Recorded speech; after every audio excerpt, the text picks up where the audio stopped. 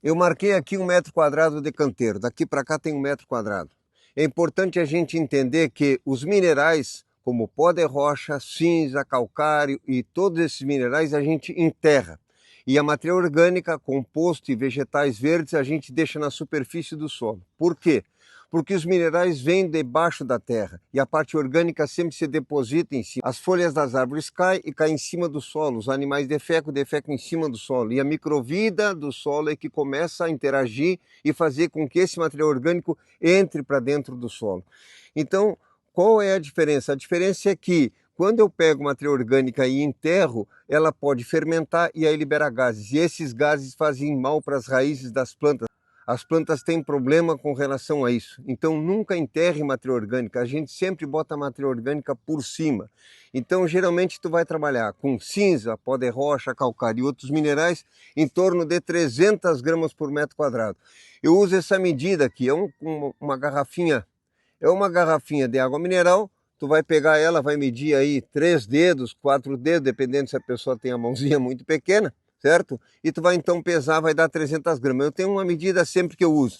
E essas 300 gramas tu vai pulverizar no teu canteiro. Parece pouco, mas não é. Isso aqui dá em torno de 3 toneladas por hectare, ó. Então tu vai esparramar assim, certo? Ó, bem esparramado, certo? Isso aqui é o suficiente para te nutrir o solo por pelo menos um ano. Tá?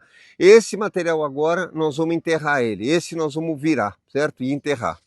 Se fosse cinza, faria a mesma coisa.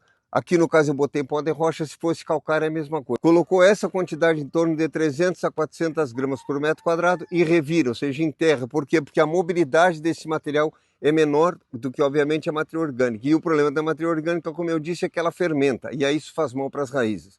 Então agora vamos revirar esse material aqui.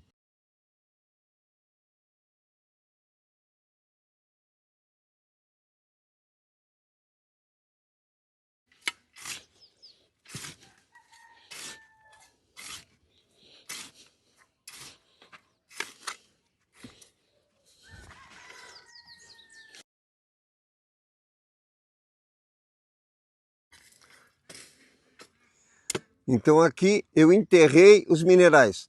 Agora em cima disso aqui eu vou botar matéria orgânica e aí depois é que nós vamos plantar.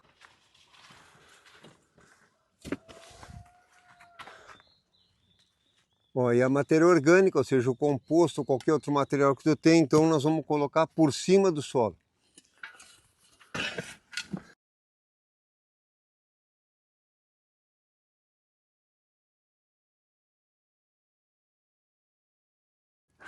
E aí a microvida do solo se encarrega de começar a absorver esse material. Tu pode colocar até 5 centímetros de altura desse material, certo?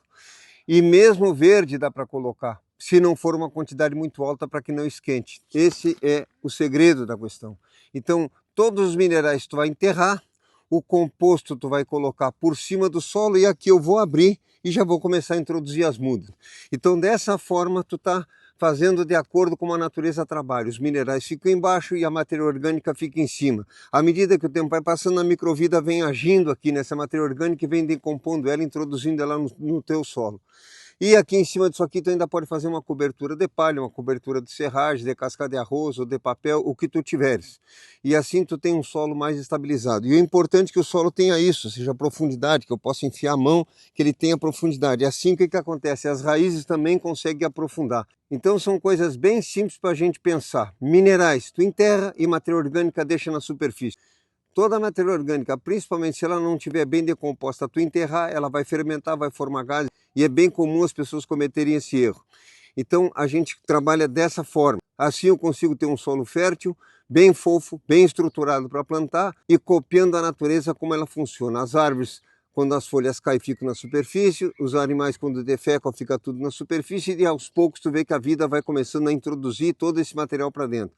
Um exemplo disso é o rola-bosta. O rola-bosta, ele pega a bosta, enrola, faz umas pequenas bolinhas e leva para dentro do solo. Ele está fazendo esse trabalho, ele está enfiando para dentro do solo pequenas quantidades de esterco. E depois, isso seria a macrovida, e depois a microvida atua nesse ponto, ou seja, introduzindo todo esse material orgânico para dentro do solo. A biocenose do solo está sempre fazendo isso. O que tu precisa fazer é ter um solo fofo, bem drenado e um solo que tenha condições da microvida vir até a superfície. Assim, dessa maneira, ela consegue vir até aqui e tendo profundidade para poder as plantas aprofundarem a raiz. Segue a gente aqui que a gente está sempre trazendo informação sobre agricultura orgânica, sobre permacultura e sobre bem viver no campo.